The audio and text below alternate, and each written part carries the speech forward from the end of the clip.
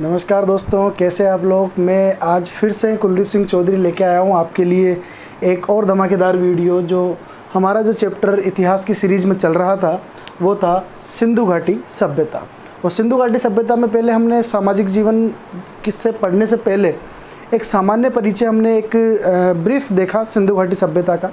उसके बाद last class में हमने यानी कि सेकंड पार्ट में नगर नियोजन देखा, और आज थर्ड पार्ट जो है उसके अंदर हम देखेंगे सिंधु घाटी सभ्यता का सामाजिक जीवन। और इसी प्रकार स्टेप बाय स्टेप हम सिंधु घाटी सभ्यता एक आध वीडियो और लगेंगे, यानी कि 5 से 6 वीडियो होंगे, उनके अंदर पूरी सिंधु घाटी सभ्यता जो है हमें पढ़ने में आसानी से आ सकती है। आज सामाजिक जीवन की अगर हम बात करें तो सामाजिक जीवन जो है, इस पॉइंट को समझने के लिए सबसे पहले हम इस पॉइंट के अंदर ये चीज़ें समझेंगे कि इसमें समझना क्या क्या, इसमें पढ़ना क्या क्या है। तो सामाजिक जीवन को समझने के लिए हमें सबसे पहले आज हम देखें तो किसी भी सभ्यता का, किसी भी समाज को अगर हमें देखना है तो सबसे पहले तो हमें ये देखना होगा कि किस प्रकार से उस समाज को जो है वो वर्गीकृत किया गया था, यानी कि एक डिवाइडेशन किस प्रकार से किया गया था। उसके बाद यानी कि समाज का वर्गीकरण हमारा पहला पॉइंट होगा। उसके बाद दूसरा पॉइंट होगा महिलाओं की स्थिति, यानी कि समाज में महिलाओं को स्थान दिया गया था या नहीं दिया गया था, क्या महिलाओं को पुरुषों से अच्छा सम्मान मिला था या समानता का अधिकार था, या पुरुषों से भी कम इनको सम्मान दिया गया। ये सारी चीज़ें हम देखेंगे। अगला पॉइंट होगा हमारा रहन सहन और खान पान। ये किस प्रकार से रहते थे, इनकी आवाज़ तो हमने देख ही ली, किस प्रकार के मकानों में ये रहते थे। आज यहाँ हम देखेंगे कि ये किस प्रकार के आभूषणों का प्रयोग करते थे, किस प्रकार के वस्त्रों का प्रयोग करते थे। वस्त्र आभूषण हम इस पॉइंट में पढ़ेंगे। अगला होगा खान पान। हम यहाँ ये देखेंगे कि ये शाकाहारी थे या मांसाहारी थे। इस वाले पॉइंट को हम थोड़ा सा यहाँ पे टच करेंगे। अगला है मनोरंजन के साधन, कि एक इस सभ्यता में जो लोग थे, ये लोगों के पास कोई ऐसा तो नहीं है ना कि कोई ऑफिस ये लोग जाते थे, या कोई दिन भर कोई नौकरी वोकरी करने जाते थे, या कोई कामकाज करने के लिए कोई किसी जगह पे जाते थे।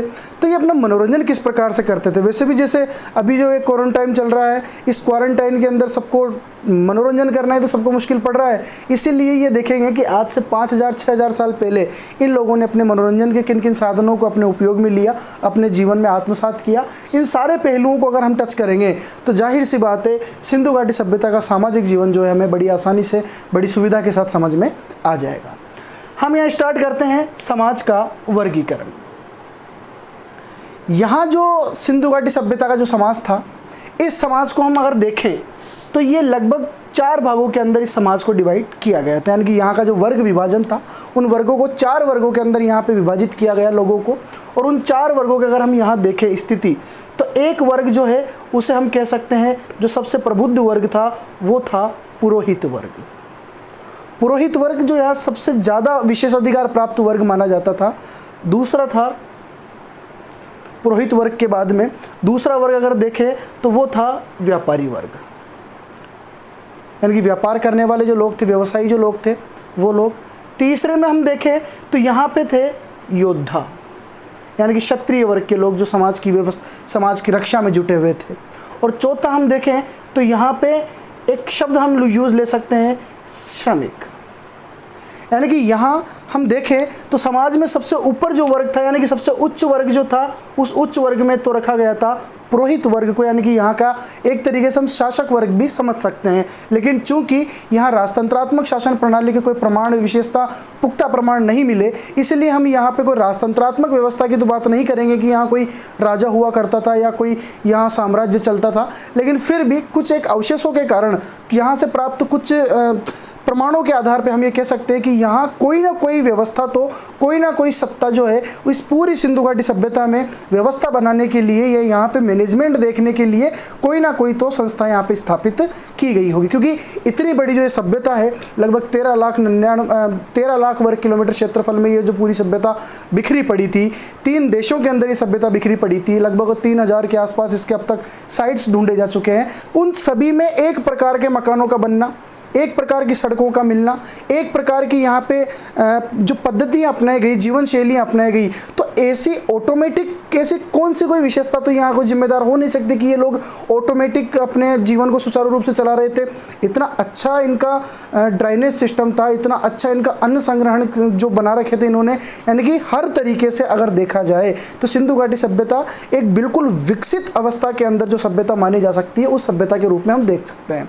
तो इनको विकसित करने में या इनको रेगुलेट करने में, इनको जनरेट करने में जो कोई ना कोई संस्था तो ऐसे कोई जिम्मेदार होगी जिसकी वजह से ये लोग अपना जीवन जी पा रहे थे, इतनी सुविधा अनुसार ये लोग जीवन जी पा रहे थे। तो वहाँ हम अगर नाम लें तो हम बेसिकली देख सकते हैं कि पुरोहित वर्ग का शासन यहाँ पे स्वीकार किया जा सकता है। और एक इतिहासकार महोदय है जिनका नाम है स्टुअर्ट पिगट, यहाँ हम लिखेंगे नाम है स्टुअर्ट पिगट।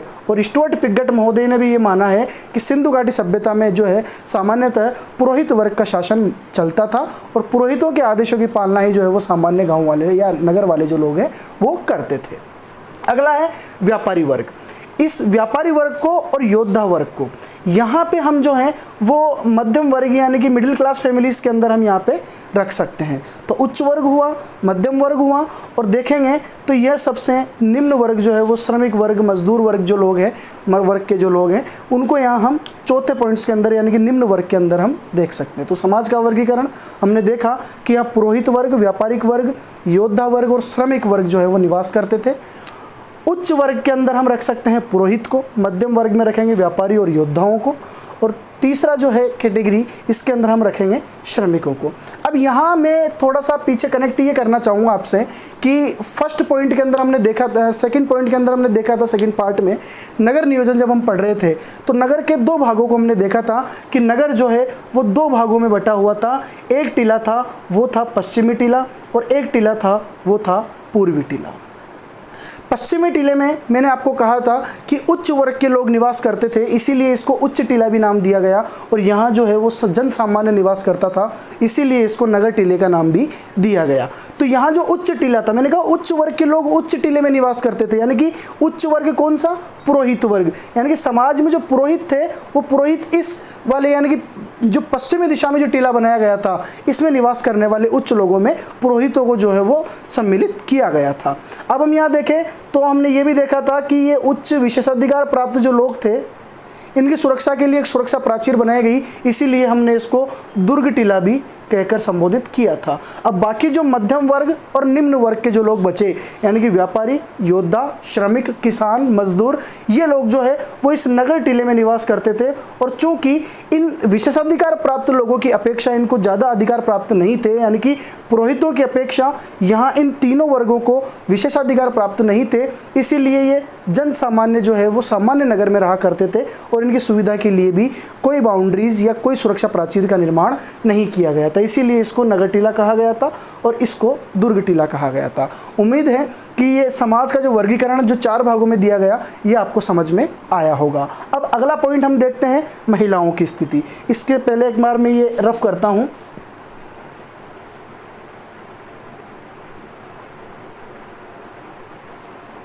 अगला पॉइंट हमारा होगा समाज में महिलाओं की स्थिति। आज हम देखते हैं कि आज हमें महिलाओं को अधिकार दिलाने के लिए कई संघर्ष करने पड़ रहे हैं या कई प्रकार के जो है वो प्रोटेस्ट हम देखते रहते हैं कि संविधान में भी महिलाओं को समानता का अधिकार दिया गया और आज वुमेन एम्पावरमेंट पे इतना बड़ा कैंपेन मोदी सरकार भी चला रही है। तो ये सारी चीज़ें आज हमें करनी पड़ रही है, जबकि इन लोगों ने आज के 5,000-5,500 साल पहले जब ये सभ्यता अपने विकसित क्रम में थी उस समय इन्होंने महिलाओं को इतने अधिकारों से नवाजा था। तो ये जो सभ्यता, चूँकि हमने सबसे पहले जब इस सभ्यता की विशेषताएँ देखी थी तो वहाँ हमने एक सभ्यता तो देखी थी कि ये सभ्यता एक नगरीय सभ्यता थी और नगर नियोजन के अंदर हमने उसको आसानी से समझ लिया। लेकिन दूसरा पॉइंट मैंने आपको ये बताया था कि नगरीय होने के साथ साथ ये सभ्यता मात्र सत्तात्मक थी, यानी कि परिवार में महिलाओं को जो है वो मुखिया माना गया था, मात्र सत्तात्मक।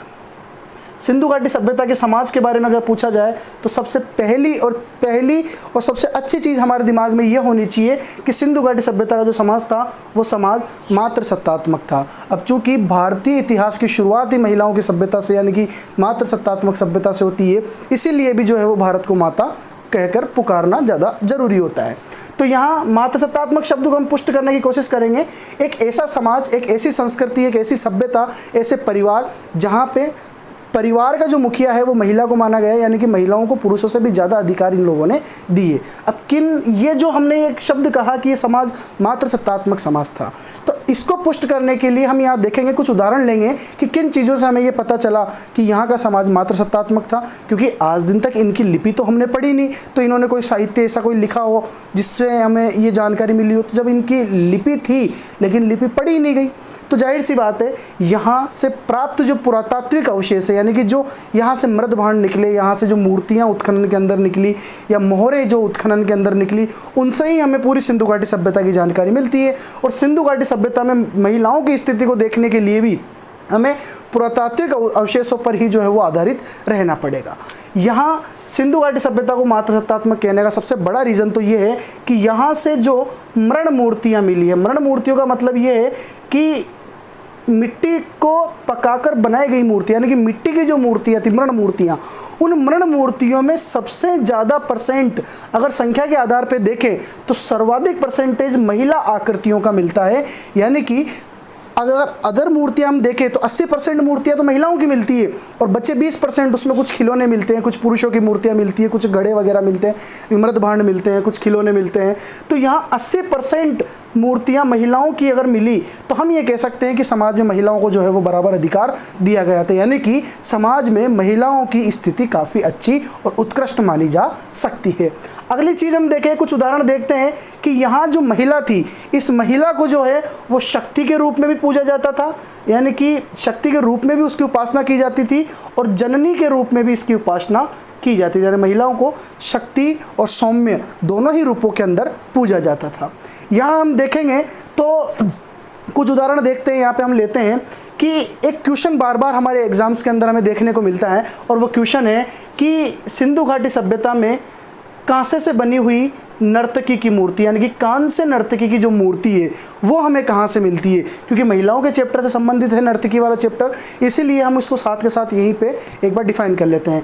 कांस्य नर्तकी की जो मूर्ति है वो मिलती है हमें मोहनजोदड़ो से, और मोहनजोदड़ो सिंधु घाटी सभ्यता का ही एक केंद्र माना जाता है। तो मोहनजोदड़ो से मिली हमें कांस्य नर्तकी की मूर्ति। काफ़ी इंपॉर्टेंट क्वेश्चन भी है, बार बार एग्जाम्स के अंदर आता है। दूसरी चीज़ देखें हम कि एक महिला की मोहर मिली है, एक मोहर मिली है महिला की, और वो मोहर मिली है हड़प्पा से। इस हड़प्पा से प्राप्त इस मोहर के अंदर हम क्या देख सकते हैं कि यहाँ बताया गया है कि एक स्त्री के गर्भ में से एक वृक्ष को निकलते हुए दिखाया गया है। यानी कि महिलाओं को इतना स्थान दिया गया कि प्रकृति की जननी भी महिला को ही यहाँ पे माना गया। तो सिंधु घाटी सभ्यता में कांस्य नर्तकी की अगर मूर्ति पूछी जाए तो वो मूर्ति का आंसर होगा कि वो मूर्ति मोहनजोदड़ो से प्राप्त हुई है। लेकिन अगर ये पूछा जाए कि सिंधु घाटी सभ्यता में स्त्री के गर्भ से निकलते हुए पौधे को कहाँ दर्शाया गया है, तो वो एक मोहर है और वो मोहर मिली है हमें हड़प्पा से। हड़प्पा और मोहनजोदड़ो दोनों पाकिस्तान में है, ये आगे हम बात करेंगे। एक ये है कि मोहनजोदड़ो से एक प्रधान महिला की मूर्ति मिली है, यानी कि और मूर्तियाँ छोटी छोटी है, लेकिन वो जो मूर्ति मिली है उस मूर्ति का जो है वो आकार प्रकार देख के हमने उसको एक प्रधान महिला का नाम दिया, और उस प्रधान महिला को जो है वो जॉन मार्शल ने महिला कुमार देवी के नाम से संबोधित किया। मोहनजोदड़ो से एक प्रधान महिला की मूर्ति मिली है और उस महिला की जो मूर्ति है उसे हमने महिला कुमार देवी के नाम से संबोधित किया। यानी कि इस सिंधु घाटी सभ्यता में महिलाओं को पूजनीय रूप में माना जाता था, इनकी पूजा की जाती थी। कांस्य नर्तकी की मूर्ति मोहनजोदड़ो से मिली है। हड़प्पा से एक मोहर मिली है जिसमें स्त्री के वृक्ष से पौधे को यानी कि वृक्ष को निकलता हुआ दिखाया गया है। महिला कुमार देवी की जो प्रधान महिला की जो मूर्ति है, ये मूर्ति जो है ये मोहनजोदड़ो से प्राप्त हुई है।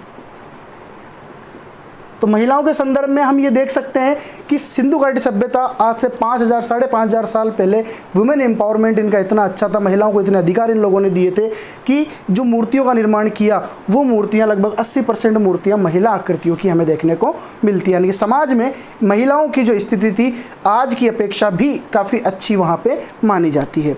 अगली चीज़, अगला पॉइंट हम देखेंगे रहन सहन और खान पान। यहाँ पर आते हैं तो रहन सहन और खान पान में हम रहन सहन अगर टॉपिक सबसे पहले लें तो रहन सहन में हम यहाँ पे दो चीज़ें ले सकते हैं, क्योंकि रहन सहन में एक टॉपिक तो इनके नगरीय जीवन के अंदर हमने देख लिया कि इनके मकान, इनके भवन किस प्रकार बने हुए थे। अगली चीज़ यहाँ रहन सहन अगर लेते हैं तो रहन सहन के अंदर दो चीज़ें हम यहाँ पे लेंगे। रहन सहन में एक चीज़ होगी इनके आभूषण कि किस किस प्रकार के आभूषणों का प्रयोग करते थे, और एक होंगे इनके वस्त्र। तो शुरू करते हैं आभूषणों से। सिंधु घाटी सभ्यता के अंदर न केवल महिलाएं बल्कि पुरुष भी जो है वो महिलाओं की तरह ही आभूषणों का प्रयोग करते थे। यानी कि यहाँ पे हम देखें कि male and females both are use, आभूषणों का दोनों जो है वो प्रयोग करते थे, महिला हो चाहे पुरुष हो। अब महिलाओं के अगर आभूषणों की बात करें तो आभूषण किससे बनाए जाते थे, किन धातुओं से बनाए जाते थे? तो एक चीज़ आएगा अपना कि ये लोग जो है वो मनके के आभूषणों का प्रयोग करते थे। एक चीज़ आएगा कि ये लोग जो है वो हाथी दांत के आभूषणों का प्रयोग करते थे। एक चीज़ आएगा कि ये लोग जो है वो सीप से बने आभूषणों का प्रयोग करते थे। यानी कि महिलाएं और पुरुष दोनों ही आभूषणों का प्रयोग करते थे, और आभूषण जो है वो सामान्यतः मनके से बनाए जाते थे, हाथी दांत से बनाए जाते थे और सीप से बनाए जाते थे। अगली चीज़ देखें तो यहाँ कुछ ऐसी चीज़ें मिली हुई है, यहाँ से इस पुरातात्विक अवशेष अगर हम देखें तो कुछ ऐसी चीज़ें मिली है जिससे हमें ये पता चलता है कि वहाँ पे उस ज़माने में जो महिलाएं हैं वो सौंदर्यीकरण पे भी काफ़ी फोकस उनका रहता था। यानी कि जैसे अगर हम देखें तो हड़प्पा एक स्थान जो हमने अभी देखा, हड़प्पा से जो है वो श्रृंगारदान मिला, यानी कि मेकअप बॉक्स जिसे हम कह सकते हैं, पूरा का पूरा सौंदर्य प्रसाधन यानी कि श्रृंगारदान जो है वो कहाँ से मिला? हमें हड़प्पा से मिला। ये भी काफ़ी इंपॉर्टेंट है, हड़प्पा से श्रृंगारदान का क्वेश्चन भी काफ़ी बार पूछा गया है। अगला है गुजरात में एक स्थान है और उस स्थान का नाम है नौसारो। गुजरात के नौसारो से हमें सिंदूर के प्रमाण मिलते हैं, यानी कि ये महिलाएं जो है वो सिंदूर का प्रयोग भी करती थी। अगली चीज़ हम देखें तो एक स्थान है हमारा चन्हू दड़ो, जो पाकिस्तान के अंदर है चन्हू दड़ो। इस चन्हू दड़ो से जो है वो काजल के प्रमाण मिले हैं, काजल के साथ साथ कंघे के प्रमाण मिले हैं, और कंघे के साथ साथ आप ताजुब करेंगे कि यहाँ से जो है वो लिपस्टिक के प्रमाण भी हमें देखने को मिलते हैं। यानी कि हड़प्पा से श्रृंगारदान मिले हैं, हम यहाँ के इनके आभूषण देख रहे हैं, और आभूषणों में हमने देखा कि यहाँ आभूषणों के साथ साथ ये सौंदर्यीकरण पे भी, यानी कि इनके मेकअप वगैरह का भी थोड़ा ध्यान रखा करती थी महिलाएँ। तो हड़प्पा से सौंदर्य प्रसाधन के रूप में श्रृंगारदान मिला, मेकअप बॉक्स मिला, सिंदूर के प्रमाण नौसारो जो गुजरात में है नौसारो से मिला, काजल, कंघा और लिपस्टिक के प्रमाण जो है वो हमें चन्हू दड़ों से प्राप्त होते हैं। तो कुछ चीज़ें यहाँ पे, और अगर हम देखें तो कुछ चूड़ियों के प्रमाण भी हमें यहाँ से देखने को मिले, और चूड़ियाँ विशेषतः मिट्टी से बनाई गई, यानी कि आपके सामने सीधा सा आ जाता है कि काली चूड़ियाँ यानी कि काली मिट्टी से बनी हुई चूड़ियाँ कहाँ से प्राप्त हुई? वो प्राप्त हुई हमारे कालीबंगा से। और कालीबंगा को इसीलिए तो हमने काली चूड़ियों के नाम पे इस सभ्यता का नाम क्या रख दिया? कालीबंगा। तो ये इनके आभूषणों की बात हुई। अगली चीज़ हम देखते हैं कि ये वस्त्रों का प्रयोग किस प्रकार से करते थे। तो हमारे सामने दो चीज़ें आ जाती है कि ये लोग जो है वो सूती वस्त्र का प्रयोग भी करते थे, और सूती के साथ साथ ये लोग जो है वो ऊनी वस्त्र का प्रयोग भी करते थे, क्योंकि सूती वस्त्र जो है वो सूती वस्त्र बनते थे कपास से। और पूरी सिंधु घाटी सभ्यता की एक विशेषता भी ये मानी जाती है कि समकालीन सभ्यताओं में अगर किसी सभ्यता में कपास इनकी मूलभूत फसल के रूप में थी, इनकी मूल उपज थी, यानी कि कपास सबसे पहले सिंधु वासियों ने उगाना प्रारंभ किया था, और समकालीन साहित्य में कपास को जो है वो सिंडन कहा गया है, और इसी कपास से जो है ये सूत का निर्माण करते थे, यानी कि सूती वस्त्रों का निर्माण करते थे। सूती वस्त्रों के अलावा ऊनी वस्त्रों के प्रमाण भी हमें यहाँ देखने को मिलते हैं। अब बात हुई सूती और ऊनी की, इसके अलावा ये लोग जो है वो सादा वस्त्रों का प्रयोग भी करते थे, यानी कि नॉन प्रिंटेड वस्त्रों का प्रयोग भी करते थे, और ये लोग जो है वो कढ़ाईदार वस्त्रों का प्रयोग भी करते थे। अब हम ये कैसे पता चले हमें कि कढ़ाईदार वस्त्र ये किस प्रकार से हम देख सकते हैं यहाँ पे, क्योंकि उस ज़माने में ना तो आज के जितनी जो है वो ऑल्टर मशीनें होंगी, लेकिन फिर भी यहाँ पे कढ़ाईदार वस्त्रों का भी प्रयोग जो है वो देखने को मिलता है। एक मूर्ति मिली है, और वो मूर्ति मिली है मोहनजोदड़ो से। यहाँ से एक व्यक्ति का जो है वो व्यक्ति की मूर्ति जो है, उस मूर्ति के अंदर उस व्यक्ति को जो है वो 3 पतिया शॉल ओढ़े हुए दिखाया गया। इसको 3 पतिया शॉल भी बोला गया है, और इसको तिपतिया शॉल के नाम से भी जाना जाता है, यानी कि तिपतिया वस्त्र इसने पहना हुआ है, और उस मूर्ति पे जो है वो इस प्रकार से 3 पत्तियों की जो है वो डिज़ाइन बनाई गई थी। यानी कि एक कपड़े पर इस प्रकार के डिज़ाइन का मिलना, हम ये कह सकते हैं कि यहाँ के लोग न केवल सादा कपड़े का प्रयोग करना जानते थे, बल्कि ये लोग जो है वो कढ़ाईदार कपड़ों का प्रयोग भी करना जानते थे। तो हमने रहन सहन के अंदर 2 पॉइंट देखे, एक तो आभूषण और इनके सौंदर्य प्रसाधन, और दूसरा पॉइंट हमने देखा कि वस्त्र किस प्रकार के इन लोगों ने प्रयोग में लिए। अब सामाजिक जीवन में अगले पॉइंट की ओर हम बढ़ते हैं, और वो है इनके मनोरंजन के साधन। तो सबसे पहले तो मैं आपको ये चीज़ बताऊं, अच्छा खान पान हमारा एक छूट गया यहाँ पे। खान पान की अगर हम बात करेंगे तो जाहिर सी बात है, सीधी सी बात है, क्योंकि नदियों के किनारे ये लोग रहते थे, तो वहाँ की जो भूमि थी काफ़ी अच्छी उपजाऊ थी, क्योंकि नदियों के द्वारा, क्योंकि सिंधु और उसकी सहायक नदियों के किनारों पे ये सभ्यता पली बढ़ी, तो सिंधु और सहायक नदियों के द्वारा जो जलोढ़ उपजाऊ मिट्टी बहाकर लाई जाती थी, उसके कारण फसलें जो है वो अधिशेष की अवस्था में रहती थी। और ये लोग जो है वो शाकाहारी प्रवृत्ति के भी थे, और ये लोग जो है ये मांसाहारी प्रवृत्ति के भी माने जाते हैं। अब हम ये कह सकते, क्योंकि शाकाहारी का प्रमाण तो हम ये कह सकते हैं कि ये लोग फसलें उगाते थे, क्योंकि अनाज उगाना इन्होंने सीख लिया था। गेहूँ, सरसों, चना, तिल, राई, खरबूजा, तरबूज, कपास आदि जो है वो इनकी मूल उपज मानी जाती है। लगभग 9 प्रकार की फसलों को ये उगाना जानते थे, वो हम इनके आर्थिक जीवन में देखेंगे। लेकिन मांसाहार के प्रमाण कैसे लगाए, तो यहाँ से मैं आपको बताऊँ कि कुछ अग्नि वेदिकाएँ मिली है। लोथल और कालीबंगा दोनों स्थलों से अग्नि वेदिकाएँ मिली हैं, और उन अग्नि वेदिकाओं में जो राख थी, यानी कि इन्होंने कुछ हवन वगैरह जब किए होंगे, तो उस राख के साथ साथ जो है वो हड्डियों के टुकड़े भी मिले हैं। यानी कि ये लोग यज्ञ वगैरह या कोई भी धार्मिक संस्कार संपादित करने के बाद किसी ना किसी पशु की ये जो है वो बलि दिया करते थे, और क्योंकि यहाँ पे बलि देते थे इसीलिए तो यहाँ पे इन अग्निकुंडों के अंदर जो है वो हड्डियों के प्रमाण मिले। तो हम यहाँ पता लगा सकते हैं कि ये लोग शाकाहारी प्रवृत्ति के भी थे, और ये लोग जो है वो मांसाहारी प्रवृत्ति के भी थे।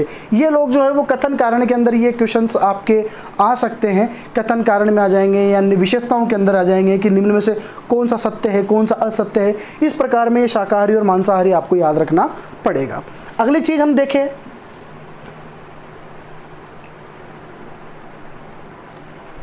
अगला पॉइंट हमारा होगा सामाजिक जीवन में मनोरंजन के साधन, कि ये लोग अपना टाइम पास करने के लिए क्या करते। तो सबसे पहले तो मैं आपको एक चीज़ बता दूं कि ये लोग जो है वो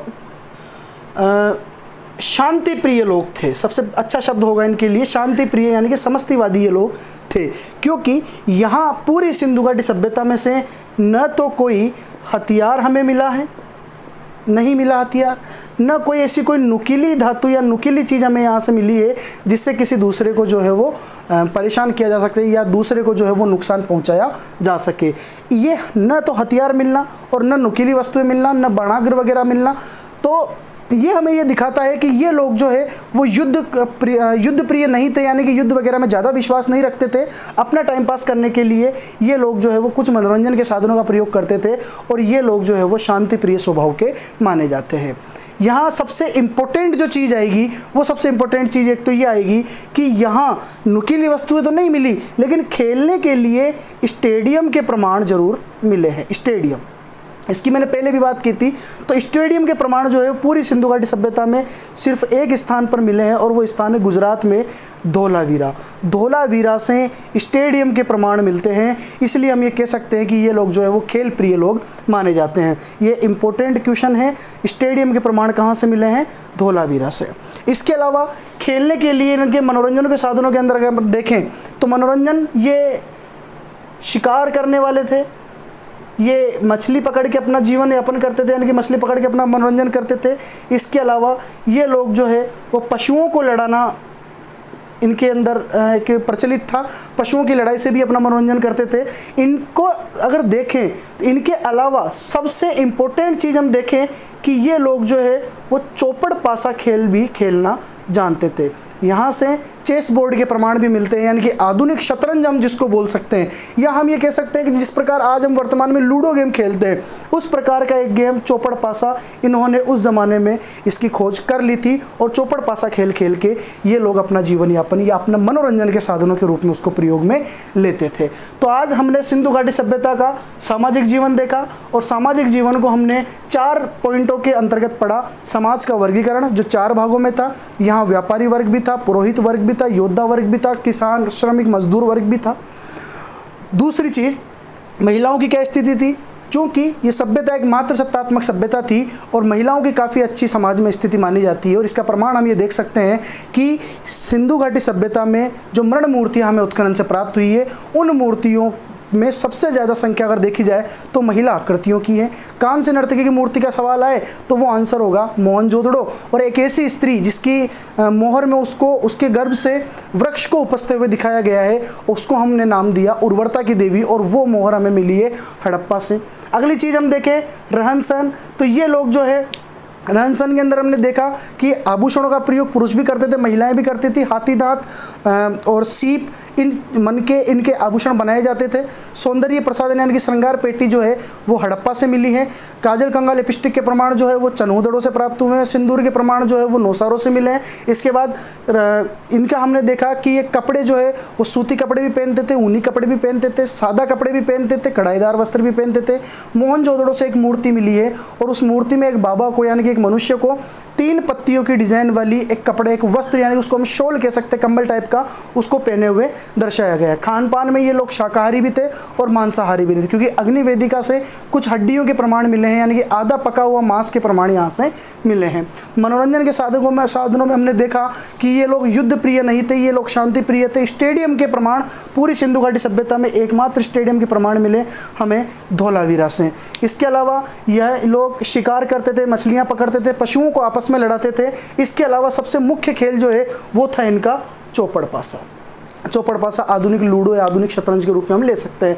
तो अगर इन पॉइंट्स को हमने पढ़ लिया तो सिंधु घाटी सभ्यता का एक महत्वपूर्ण पॉइंट जो ज़्यादा एग्जाम्स के अंदर, बड़े लेवल के एग्जाम्स के अंदर ज़्यादा पूछा जाता है, तो सामाजिक जीवन ये हमारा कंप्लीट हुआ। अगली वीडियो में हम इनका राजनीतिक जीवन, धार्मिक जीवन, आर्थिक जीवन, कुछ महत्वपूर्ण पहलुओं को टच करते हुए अगली बार पढ़ेंगे। धन्यवाद।